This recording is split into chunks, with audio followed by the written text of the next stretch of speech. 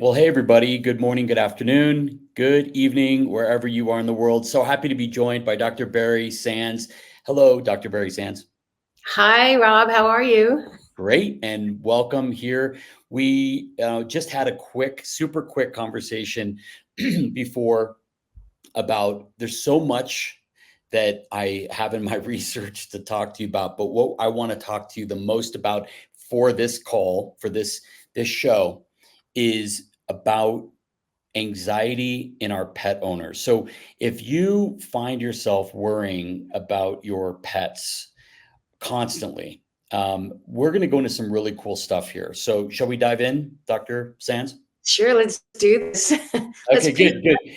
So I was saying to you, based on the work that I've researched about you, that it's my non-scientific belief, but observation, that people have gotten more anxious about their pets.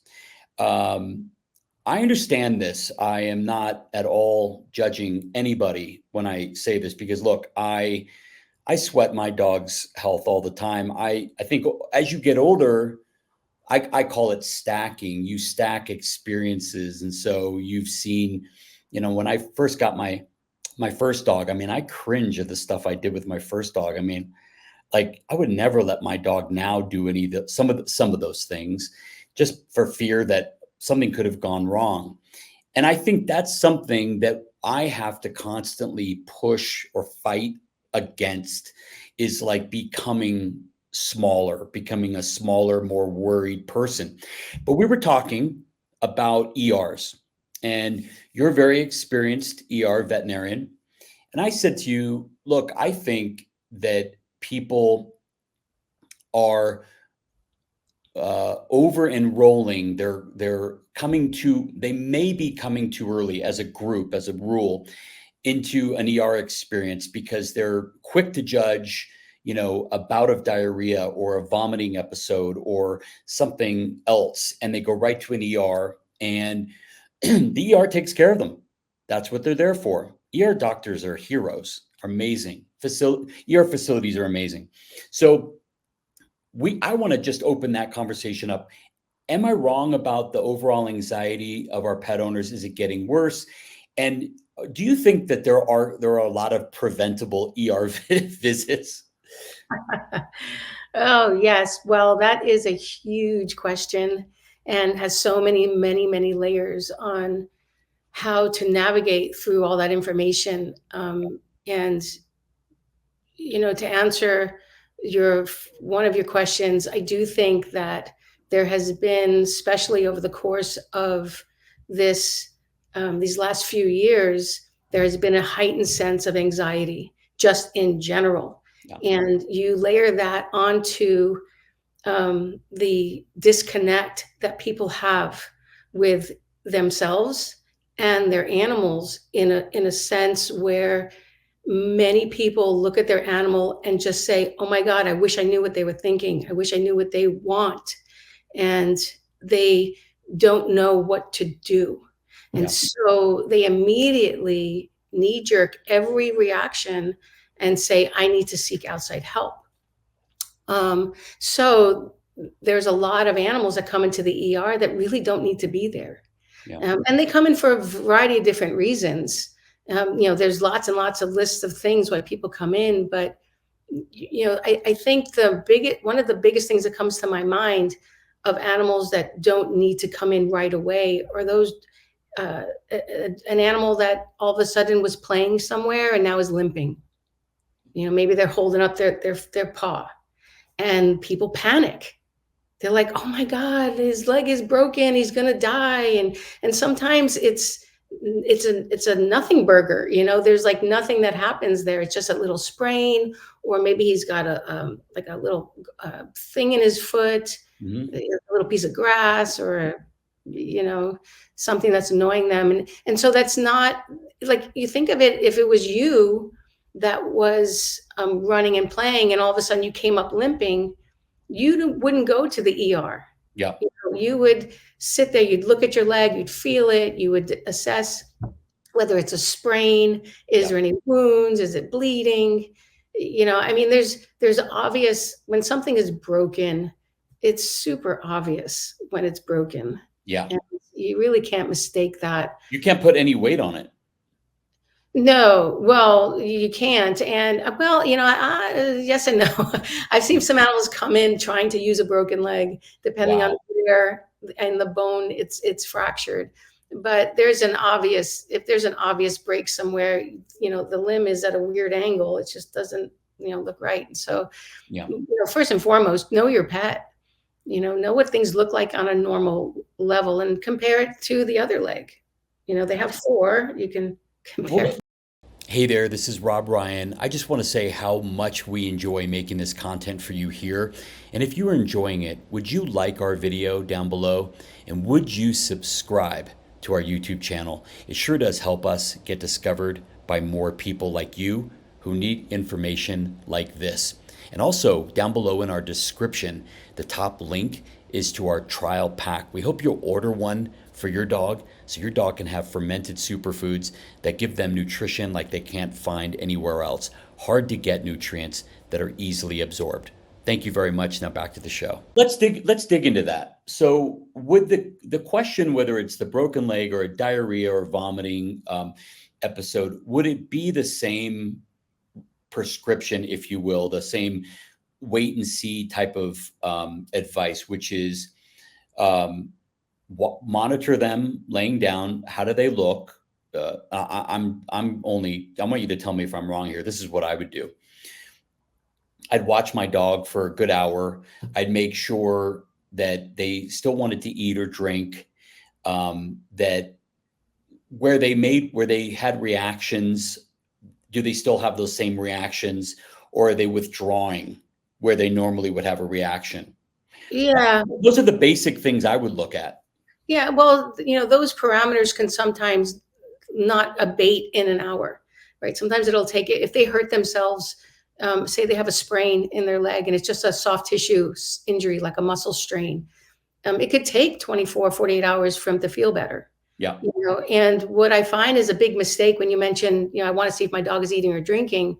The biggest mistake that people have is around what they offer their dogs to eat and their perception of that. And that's a whole other conversation. However, most people will offer their animals their normal diet, which is, I'd say for 90% of people are a kibble-based food, which is not something that dogs typically like to eat. They eat it. I always tell my clients, your dog eats your kibble because he has no choice, right? And if he had a choice between something super yummy, like a cooked piece of salmon and a sweet potato versus a bowl of kibble, they would eat the sweet potato and salmon most likely first, right? And have a really good appetite. So when you're offering them foods, it's something has to be something super yummy because they're injured, they're hurt, they want to be babied, they want to be coddled, and they want to see something different. So, and if you are to really discern on whether or not something is a true emergency, you have to take into many factors. The factors is, the age of the pet, underlying conditions that it may have that you know of, if they're on chronic medications, do they have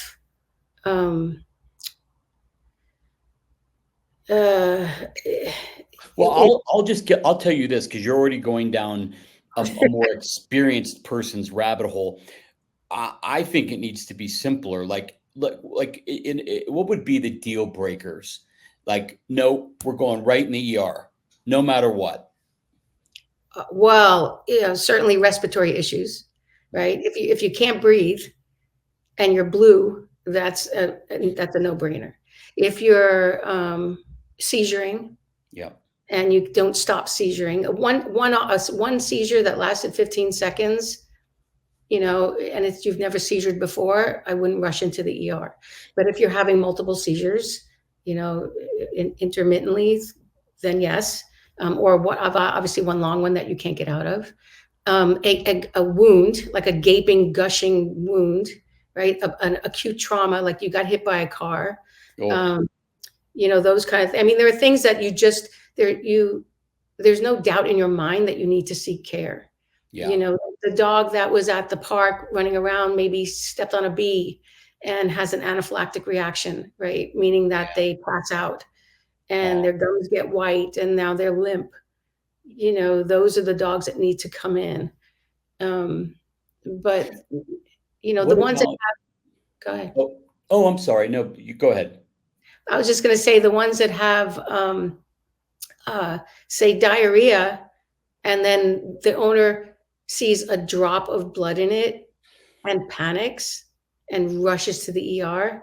That dog doesn't need to come into the ER. I think people just freaked out when they see a little bit of blood. Yeah.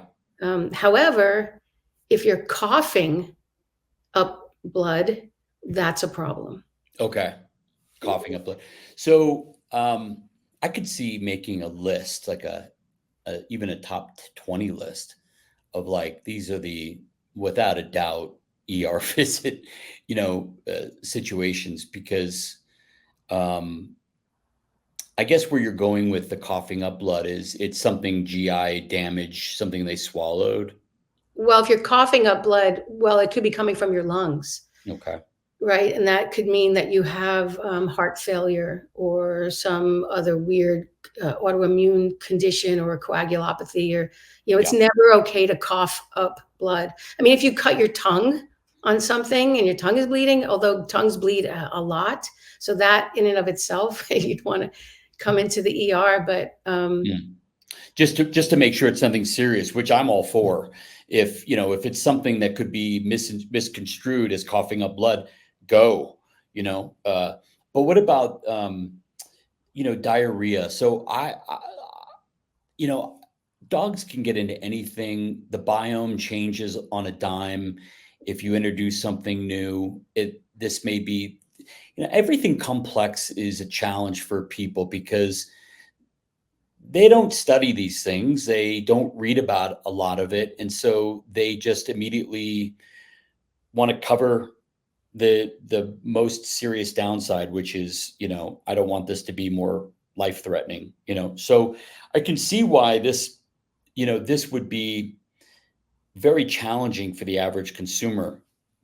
But I'm wondering if, like, for diarrhea, what you think. Do you think that, like, I've just gone to the store and gotten pure coconut water. I mean, you don't have to do this, but I've just that has boom, cured any bout of diarrhea, like in a second. It replenishes electrolytes, it flushes out the system. It's a beautiful, it's almost like it should be a medicine for diarrhea. Yeah, well, it's a natural substance. And so, the conversation around GI, and I know that you probably have a lot of that conversation, but that's the majority. A lot of the cases that come into the ER are GI related, whether it's vomiting, diarrhea, or not eating. And I could tell you that the foundational reason why all these animals are coming in is because they are on a very poor diet to begin with. And that lends itself to a whole slew of bowel intolerance and inflammation and leaky gut and dysbiosis and all of that gets compounded. Dogs in general, they are scavengers by nature. They should be able to eat a lot of food without having an issue.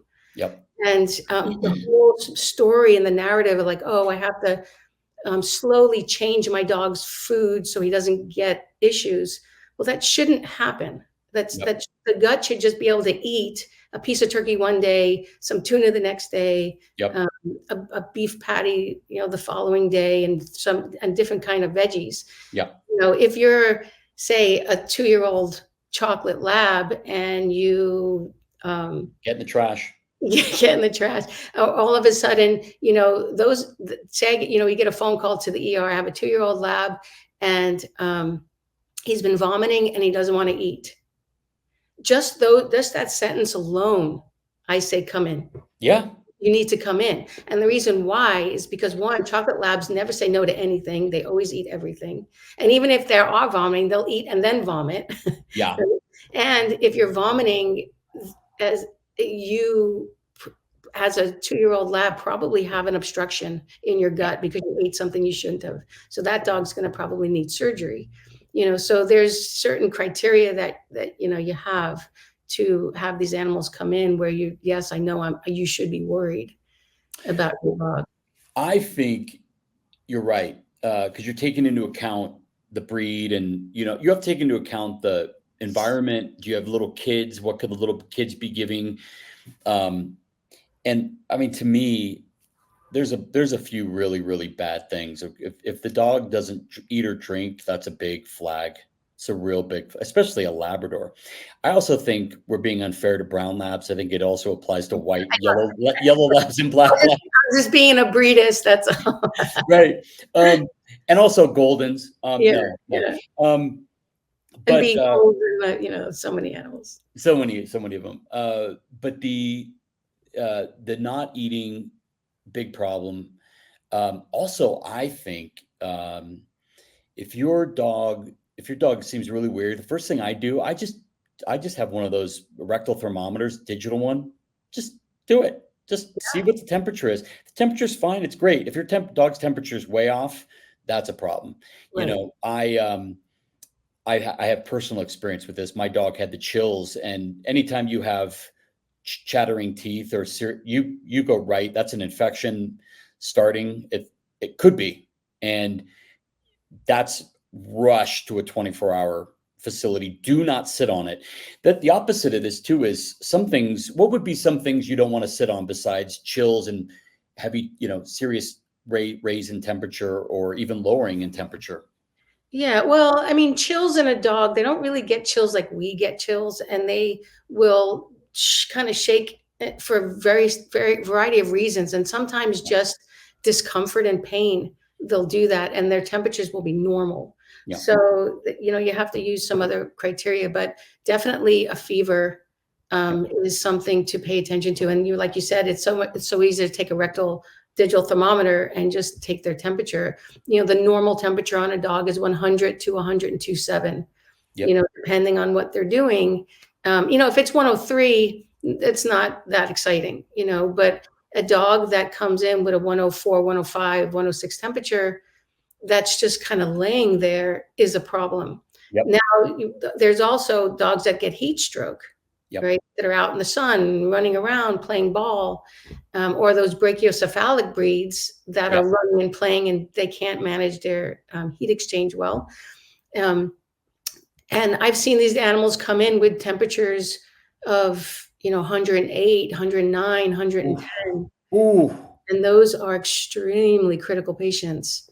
Ouch. Yeah. So don't wait on that. Like if you're on a hike with your dog and you find that they're starting to stagger and not be okay, go to the ER, because that's not normal. And I've had cases where the owners waited too long. They were like, well, I'm just going to take my dog home. I'm going to carry him in the house, and I'm just going to put some cool water on them. Oh. But they don't get better. And then when they come in, there's so much issues and problems that some of these animals won't make it. Their organs are already possibly going into failure. Right, right. So if you have an animal that you're typically going jogging or hiking with, and they're usually pretty good at it, and then they start having like weird issues, stumbling, staggering, or just acting strange or vomiting or something that's out of that ordinary, you should seek care. And also, use your intuitive guide and your wisdom, because, I've had clients come in and the dog looks kind of fine to me. And they said, you know what? There's something wrong. I feel it. He gave me that look, and they trusted their heart. They trusted their gut. They didn't come from a place of panic or fear. And, and they were right. They sensed something. And I think that's very helpful in getting out of that state of anxiety, panic, and fear. When you drop into that heart space and really align yourself with the situation in a calm manner so that you could discern what is that you really need to focus on. And then also you can tap into your animal much better when you're in that place. So what does that mean to you, dropping into your heart and, tapping into your discernment, your wisdom, your better judgment? Yeah. Well, we know that when we are in a physiological state of what we call coherence, we think better. We're able. We have a clear mind. We're not in the state of panic and fear, and in that fight or flight mechanism. Because anytime you're afraid or scared or anxious or frustrated, um, or angry, you're in fight or flight. Yeah. And when you're in that state of being, your adrenaline is surging, your cortisol levels are high. And when that happens, your thinking brain just kind of shuts down, Yes, it does. right? Because it's not the time to think and ponder and wonder. It's the time to act and move And survive. and survive. And we don't need to do that in a state of when there's a situation that you need to, instead of react to, you need to respond to it. Like say your dog comes in and he blasts through your screen, your glass pane in your sliding glass door. Say that, I mean, that happens, and your dog runs into it and he breaks the glass, and there's glass everywhere, and your dog cut his leg and he's just bleeding. Oh Right? God. What do you do in that situation? Most people would probably panic, right? But here you have this anxious dog with glass all over the place, and blood is everywhere. So in those situations, to take a deep breath, right, and to just breathe, focus for a moment, just focus your attention into your heart. Just look into that heart. And I know there's bleeding and I know there's glass and panic, but slow it down and drop in your mind to that center of your heart space and just take one inhale. Wow. One breath, quiet it down. Now you can set your mind onto, okay, what's happening here? What do I need to do? Right? Stop the bleeding. Right? What can I do? Get a towel, get a gauze and wrap it up, calm, which when you're calm, your animal's going to be calm.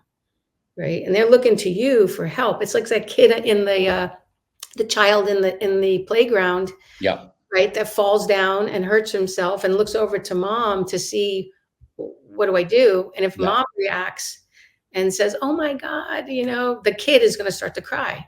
Yeah. Versus, oh, you're fine. Go out, go play, brush it off and go play. The Yeah. kid's going to be, oh, okay, I'm fine. It's the same thing with animals. Yeah. Yeah. Somebody said once to be for kids and our animals, a benevolent leader and, a calm, positive, steady force. And I think of it in terms of like, confident, benevolent leader, positive, but firm and confident. I'm the adult. I know what's happening here. I've had a dog that tried to lead my life, and he thought, I swear he thought he knew what was better all the time, and I was like, no. He might have. His name was Buddy. He might have. And one time he did save my parents from a leaky propane, a camping propane thing that they forgot was in the house, and he would not go in the house, and even a steak wouldn't lure him into the house.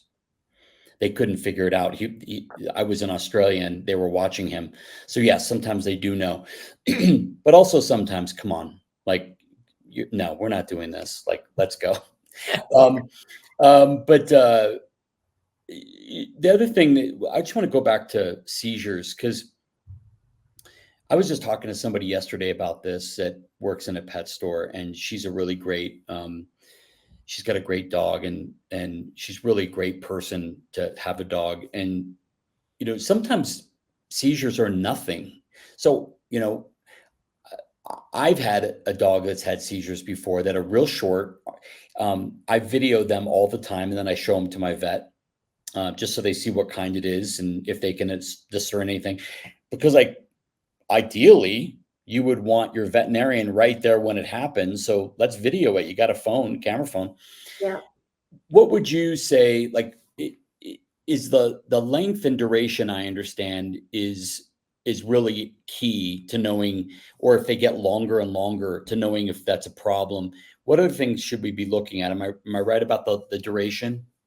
Yeah, absolutely. Well, we know that when you're in the moment of a seizure activity, you're not really breathing much. So if the seizure, most seizures are under a minute long. If you look at a clock, it's under a minute, 60 seconds. Yep. But if it's you're in this prolonged state of these, these what we call tonic-clonic muscle fasciculations, you're just paddling and frothing and moving. A couple things are happening. One, you're not oxygenating, right? So you're not breathing. So you become hypoxic, right? You're not getting oxygen to the brain or into the tissues. And you're also building up a lot of heat in your body. So your temperature is going to go up. So that's the main problem when we have seizures that are not stopping. Yep. And so when they come in, when an animal comes in seizuring, the first thing we do is we give it Valium, diazepam to stop the seizure. I mean, there's other things you can use, but usually our first line defense. Okay. And we get an IV catheter in, get an IV line. If we can't, we'll give it rectally, because the rectum is going to absorb everything into the bloodstream right away. Yep. So you stop the seizures and you cool them down, and then they're on medications to help with that. So, but like a seizure that lasts for 15 seconds, and then the dog is normal afterwards. I always tell my clients, just jot it down on a calendar. Yep. A little seizure log, like what was it, the time of day, how long did it last, and how long did it take for the dog to become normal?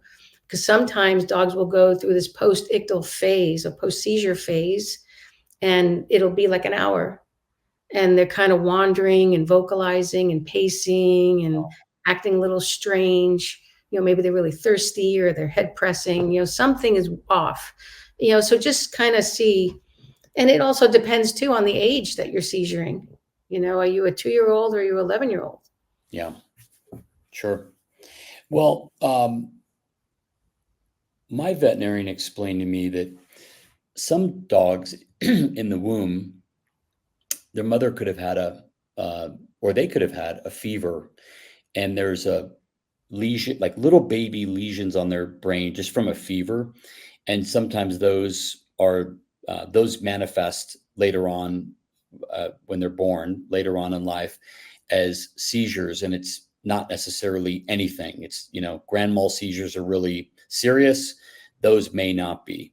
Do you have any feedback on that?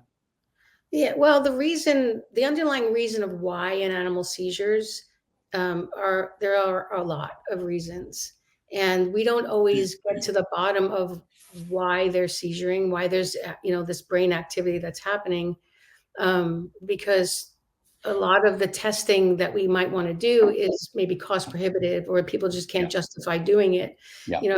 As a human, you would get an MRI or CT scan of your brain. You might get a PET, a PET scan, to see what's going on. We don't really do that a lot in animals so much. But if you're not seizuring from some metabolic reason, like say you have liver issues or kidney issues or some sort of toxicity in your body, and all your workup is normal around that, then it's probably something organic in your brain. Most of the time, I think there's a lot of inflammation that's in the body that causes the neural activity to be excited. There's a term called excitotoxicity. There's different inflammatory things that happen in your body from all sorts of reasons, from toxins, just the pesticides, herbicides, the food that you're eating, your diet, your lifestyle, that you're being exposed to on a constant basis. Yeah. Even vaccines, can cause anything that activates the immune system in your brain is going to be a nidus for, or an area that may elicit a seizure activity at some point in your life. Like even also if you've had head trauma, at some point, like, I had dogs run into things, and if they're constantly banging their head on stuff later in life, that could be a reason to have like a little focus in their brain tissue that may incite a little extra electrical activity. Wow. So let's move into the work you're doing on. We talked about ER for the first half of our show. Let's Yeah. just talk a little bit more about intuition and what your work in that area of being more connected and for ourselves and for our pets. Yeah. Well, I am, instead of, in addition to being an ER veterinarian, I also have an integrated practice, Yep. right? So a lot of that, my healing modalities, stacking in all sorts of nutrition, nutraceuticals, and energy medicine, it comes into play in that realm.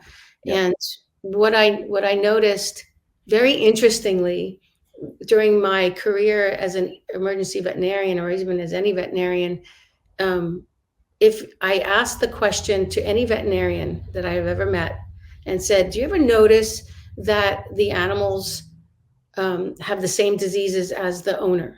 Mm, And everyone you ask will say yes. mm, Oh, yeah, sure.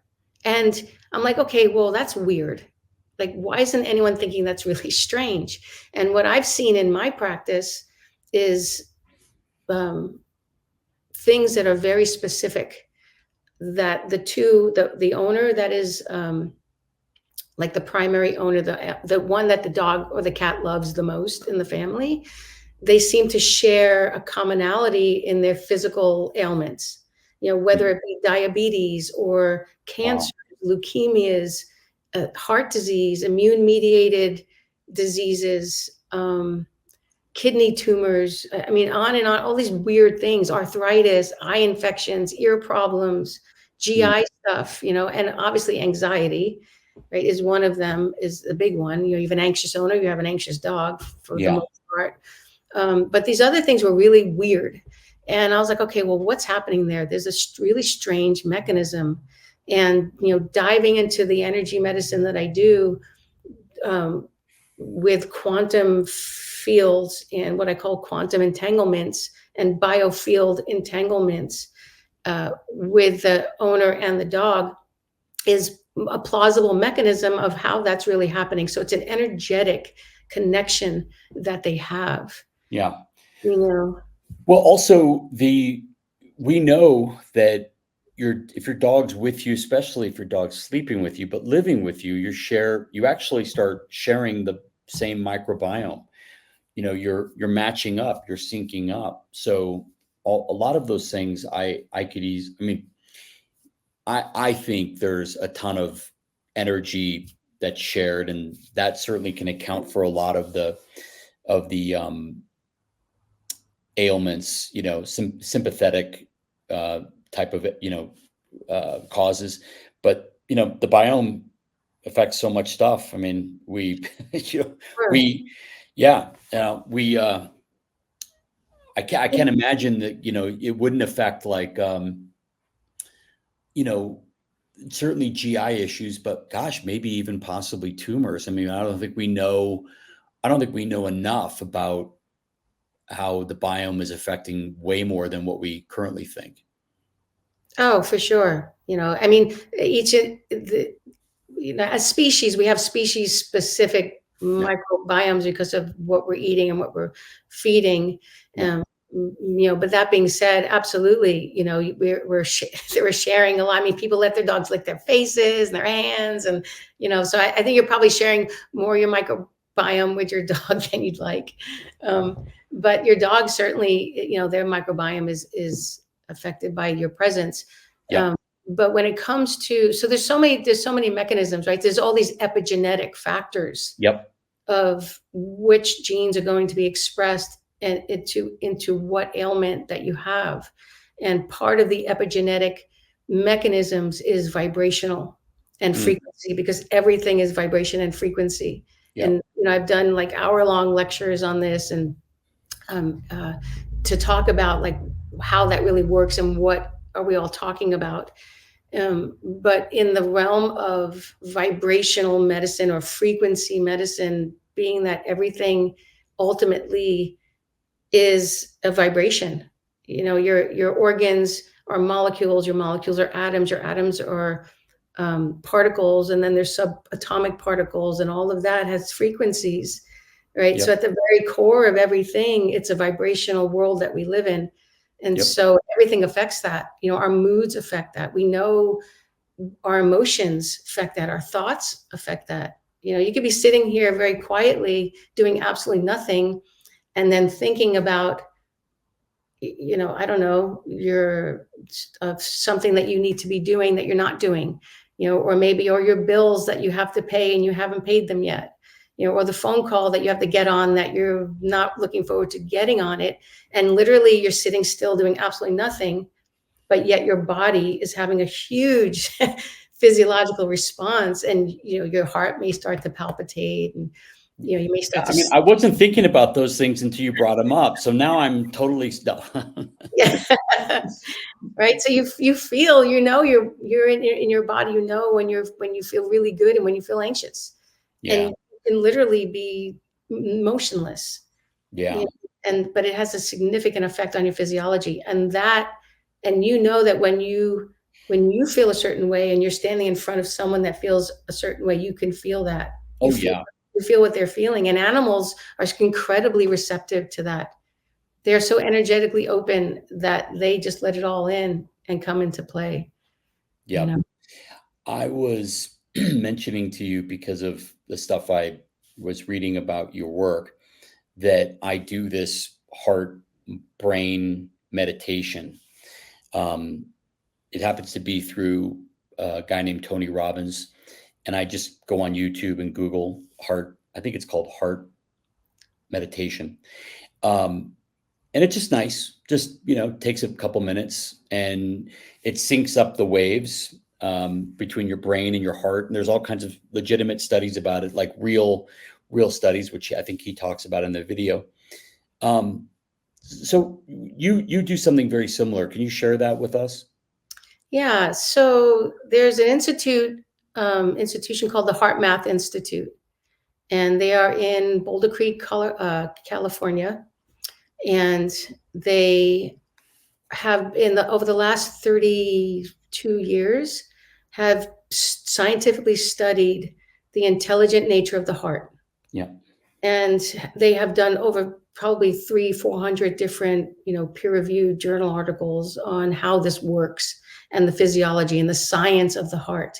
And it's all the same conversation, just maybe people are saying in different ways, but literally you're inviting a conversation between the heart and the brain.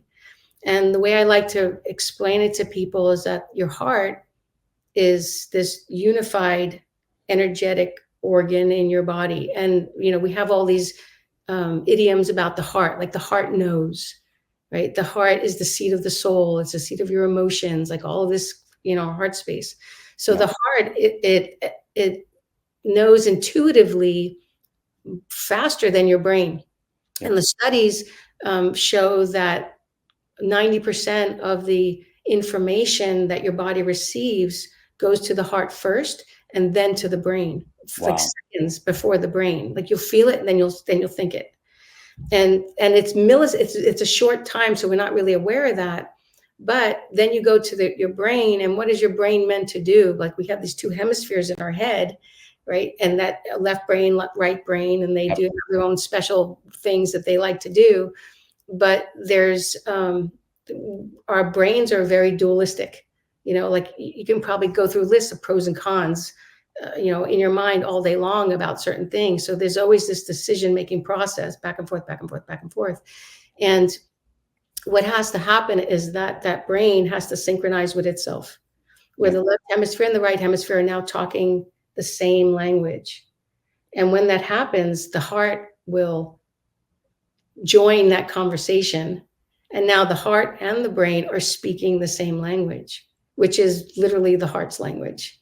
But the body is now responding to all of that.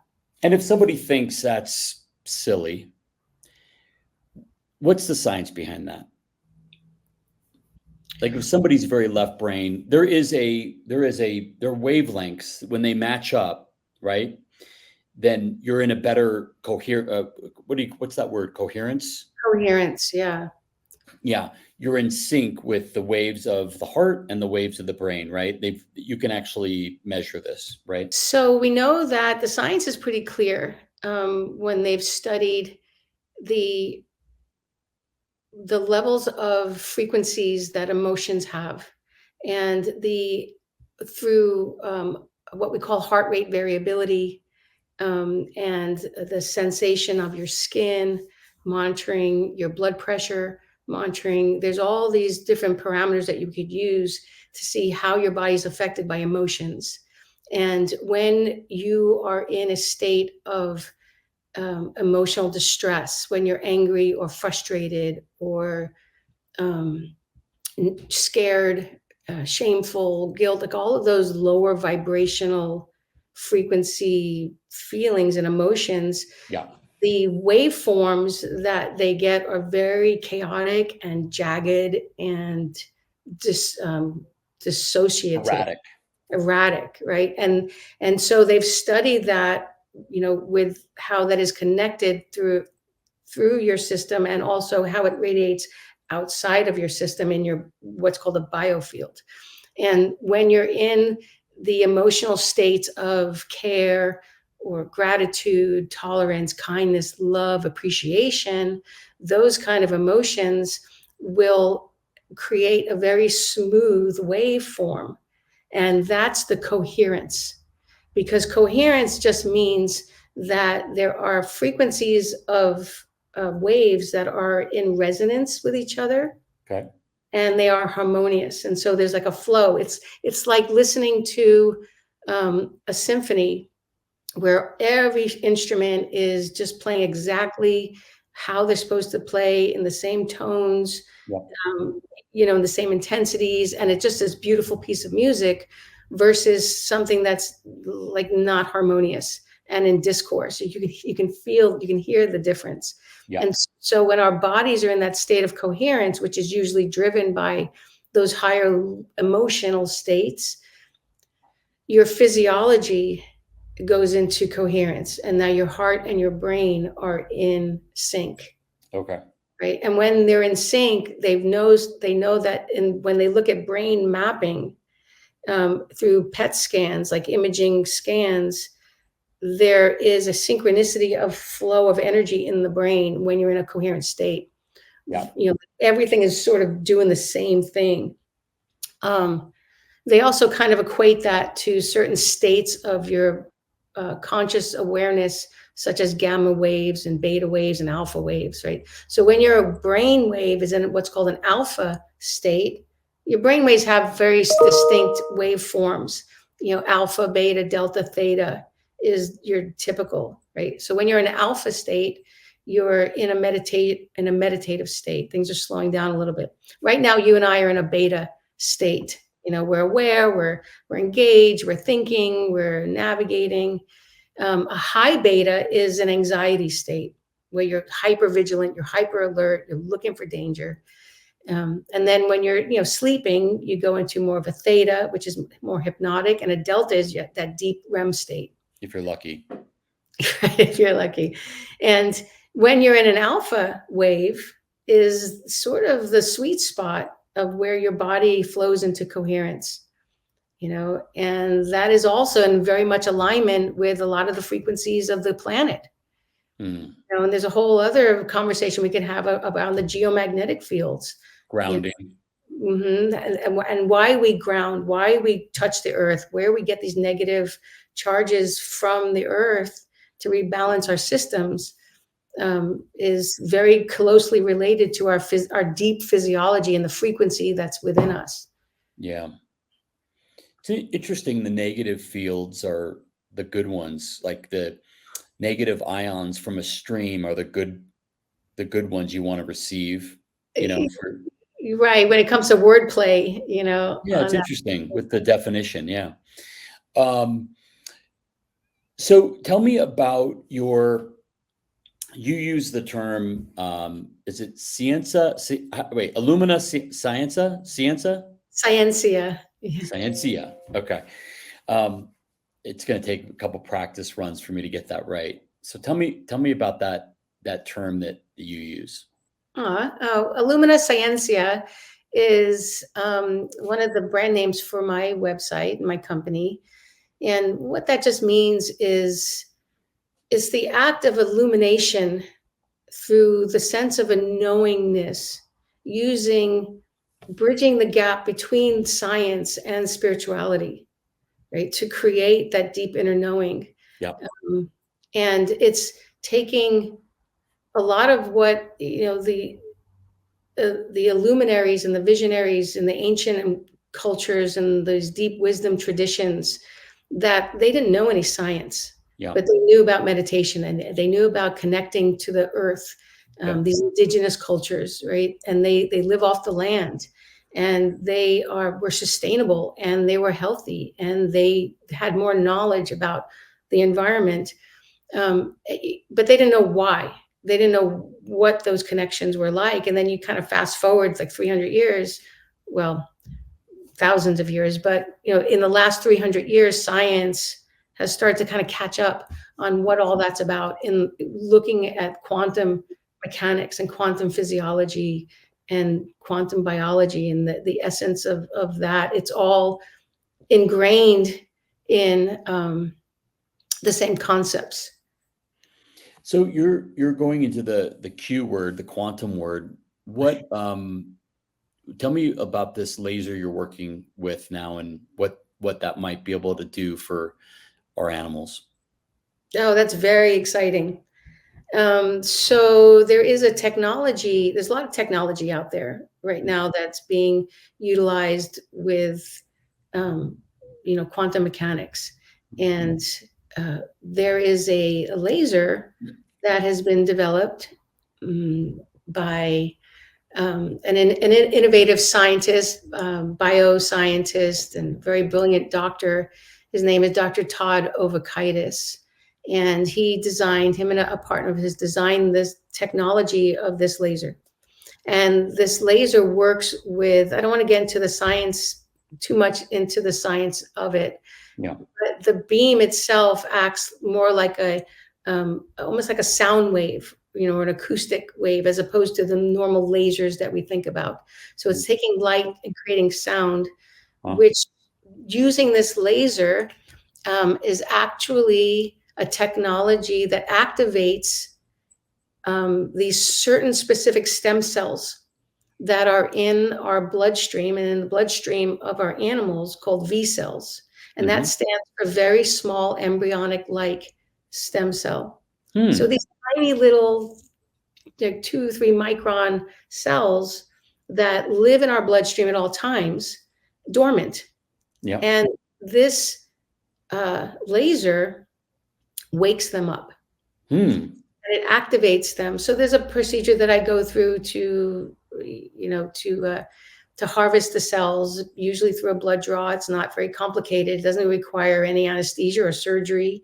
Like the type of stem cell therapy that we're doing now on animals requires surgery, and harvesting the fat, and then sending it out to a lab, and then coming back and getting the injection. So it's like at least a week process. I could do this process in an hour. Wow. By just a blood draw. Yep. And the results in the human field have been remarkable. And so we're just starting to do that in the animal field. The doctor I work with, he says, we've tested it on humans to make sure it's safe in animals. Right. Oh my gosh, that's awesome. It's all, again, it's getting back to the energy waves. We see this with light, we see it with sound.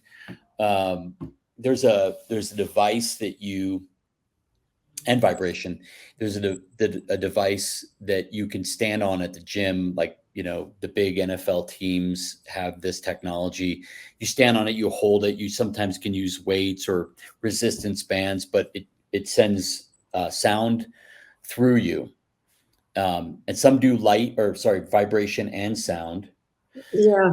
And, these are multi-$1,000 devices, but these people are using these NFL teams and sports teams are using them to get a performance edge that you can't get.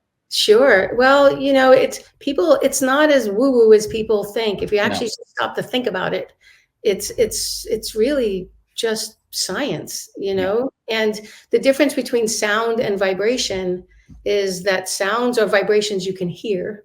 Yep. And when you can't hear them, they're just vibrations, right? And so everything has a waveform, everything has a frequency, and Yep. it's just matching that frequency to make it in resonance with each other. Um, and I feel that because we have over these years, I think we're finally coming to terms with the fact that pharmaceuticals are not the answer. They never have been and they never will be. And I know that intimately because in the emergency room, this is where conventional medicine shines. This is where we use those pharmaceuticals that were designed, and they work fast and heavy and hard, and they're useful in that realm. But after that, when it comes to chronic diseases and chronic inflammatory conditions and all of those other things, it's all the other modalities that seem to help. Yeah. Yeah. No, you're so right. I mean, some pharmaceuticals are amazing. They're perfect. They're incredible. And it's just like when we misuse them, overuse them, um, you know, um, we want to, use a big sledgehammer to use a small little, hammer with, it just doesn't always work. I read some horrible statistic that, I think it's like 60 million people every year are antibiotic resistant. That's all over the world. And I guess China has the worst case of it. And so, I know that people in my life, they get, a sore throat and they go to their doctor and they get a Z-Pack, I mean, Right. it's just constantly getting this hammer, when, maybe there's some other things you can do. Oh, yeah.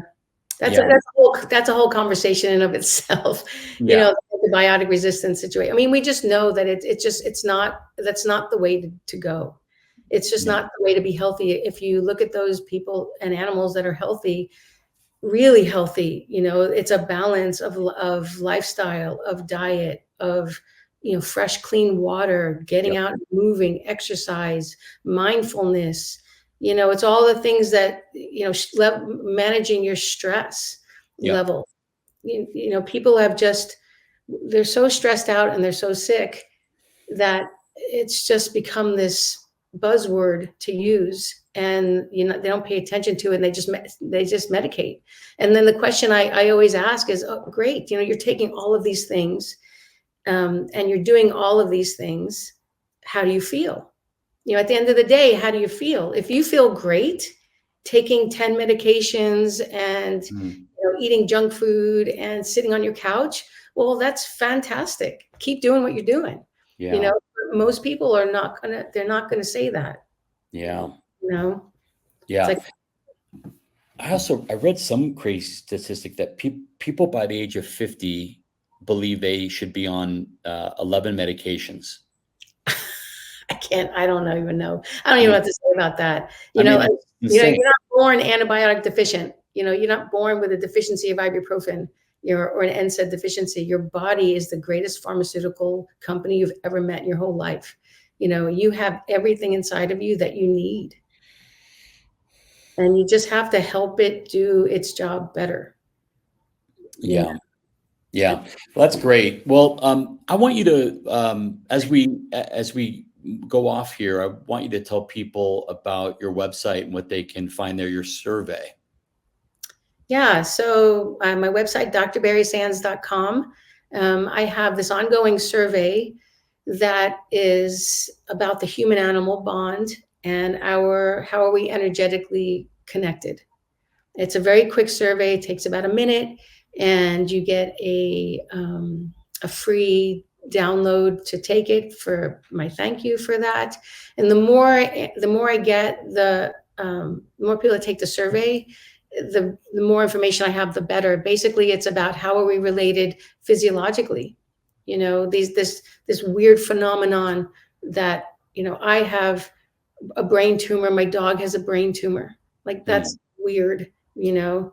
And so that's the study that shows it. And so far, I've had a little less than 300 people that took the survey, and there is about a 50-50 split. Okay. Of, you know, have you and your pet ever had the same disease? So, you know, 49 says yes and 51 said no. Yeah. Currently. And so, but that's a very significant number. If half the population is telling you that, yeah, my dog and me and my cat and me and my horse and I, you know, we're sharing the same condition, then there's something to that energetically. And, you know, my take on that is like, if you knew that you and your pet are very connected on that level, what would you do differently in your own life? Yeah. Because I find that most people care about their animals much more than they care about themselves a lot of times. Yeah. Well, that's what we believe. You know, we believe that our pets are here to teach us things. And, you know, one of the things that they might be here to teach us the most, one of the big things is our own health. Yeah. Yeah. Take a deeper look at our health. And who we are. Like I always like to say, you know, I'm trying to heal humanity one dog at a time. That's nice. That's nice. Well, on that beautiful note, Dr. Barrie Sands, thank you for your time today. It's a really, I do want to say enlightening conversation, and I don't mean that as a pun. It was very high energy, high energetic level. Yeah. There's a lot to talk about, and we can like always come back and talk about other things. Good. Let's do it. Let's go deeper down a rabbit hole. Yeah. Thank you for your time. Thank you, everybody, for joining us. You're welcome. Thank you, everybody.